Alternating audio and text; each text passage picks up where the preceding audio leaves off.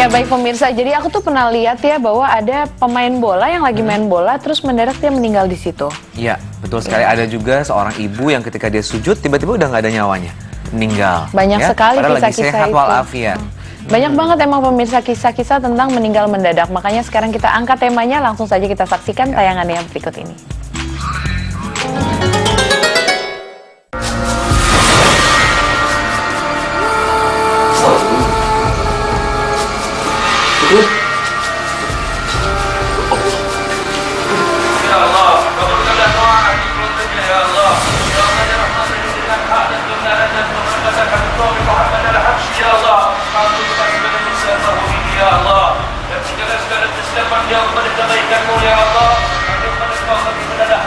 Mati mendadak.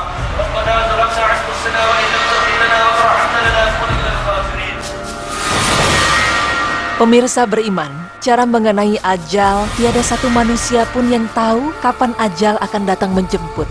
Karena ajal sejatinya ialah rahasia Allah. Banyak manusia di dunia yang mencoba meramal akan datangnya ajal kita dengan melalui berbagai macam cara, mulai dari membaca garis tangan dan melihat dari kartu.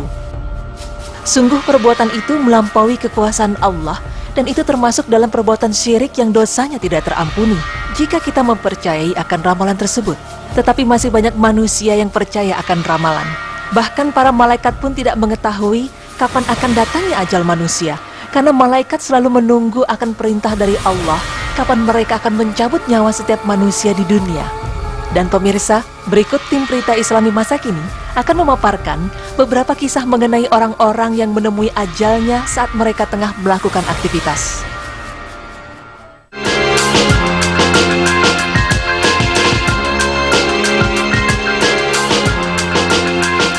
Miklos Feher adalah pemain muda yang berbakat dan banyak memberi kontribusi di dunia sepak bola. Feher lahir 20 Juli 1979 dan di tahun 2004 karir sepak bola Feher harus berhenti untuk selamanya.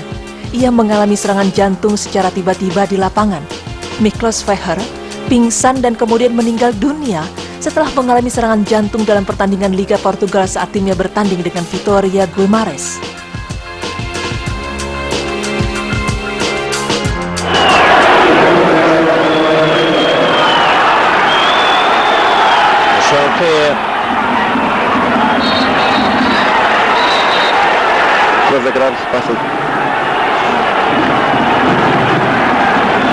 Sinais vários, muita preocupação dos jogadores do Benfica, entra quase toda a gente em campo.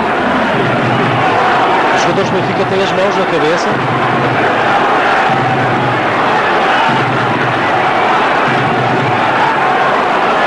Alguma coisa de graça, está-se de facto. Alguma coisa se passa. Desse tipo de Miguel. São rostos de...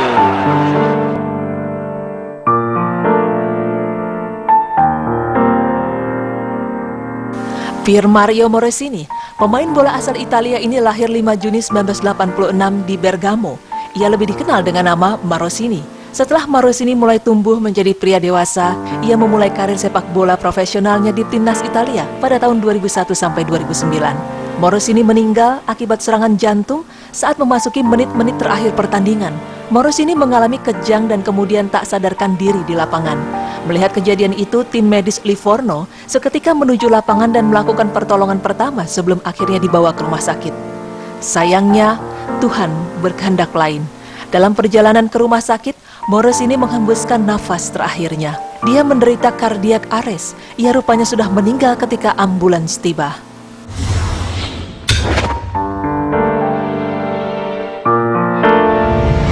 Situazione di panico perché mi pare che sul giocatore del Livorno sia addirittura svenuto, infatti è così, sì. Immagine terribile.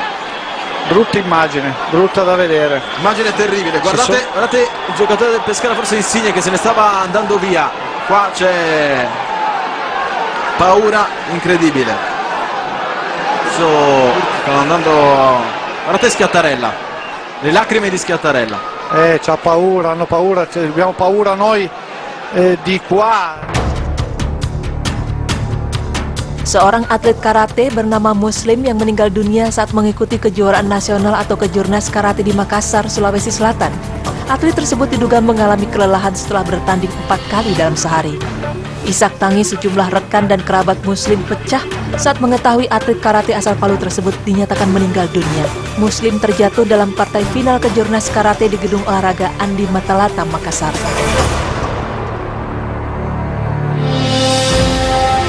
Seorang khatib bernama Haji Hamzah Junaid meninggal dunia dalam posisi sujud di Masjid HM Asyik.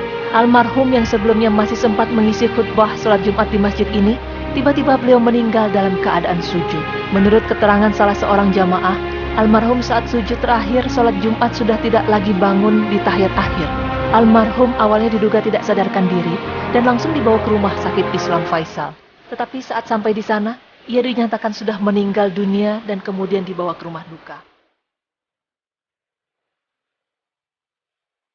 Pemirsa beriman, kita sudah melihat tadi beberapa kisah orang-orang yang ajalnya datang secara tiba-tiba tanpa ada firasat apapun sebelumnya. Semoga dengan tayangan tadi, kita dapat menambah keimanan kita kepada Allah Subhanahu wa Ta'ala. Sesungguhnya, kematian adalah sesuatu yang pasti dan tidak bisa dihindari jika ajal telah tiba. Maka sebagai manusia, kita senantiasa mengingat Allah sebagai zat yang maha mengetahui lagi berkehendak.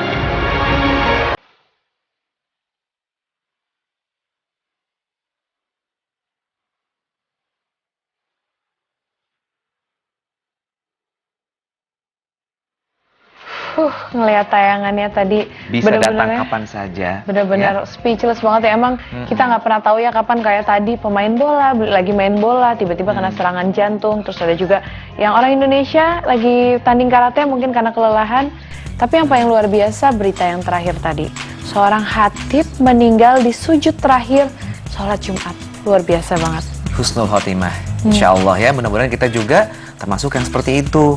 Ketika kita dalam hidup tidak menyia-nyiakan waktu ya, terus kemudian memanfaatkan dengan baik, tidak meninggalkan apa yang Allah perintahkan kepada Betul kita. banget. Dan kadang-kadang juga setelah habis sholat juga saya juga jadi teringat, saya selalu berdoa semoga ketika dipanggil nanti selalu dalam keadaan yang baik. Kan rasanya luar biasa sekali ketika meninggal dalam keadaan lagi menghadap kepada Allah, lagi dalam keadaan sujud, itu luar biasa sekali gitu. Iya. Jangan sampai meninggal lagi aktivitas sehingga meninggal yang mendadak. Nauzubillah min dzalik. Oke, Semoga ini ngingetin kita yang kita, baik. Ya. semoga kita jangan lupa sholat. Jangan lupa sholat. Nah, tuh. kalau ngomongin sholat nih pemirsa, setelah ini kita punya pembahasan bahwa ada loh dosa-dosa yang lebih besar dibanding dosa meninggalkan sholat. Apa kira-kira? Apa ya? Pasti Apa ya? penasaran juga semua. Saya juga penasaran. Oleh karena itu pemirsa jangan kemana-mana, tetap di Berita Islami masa kini. Allahu Akbar.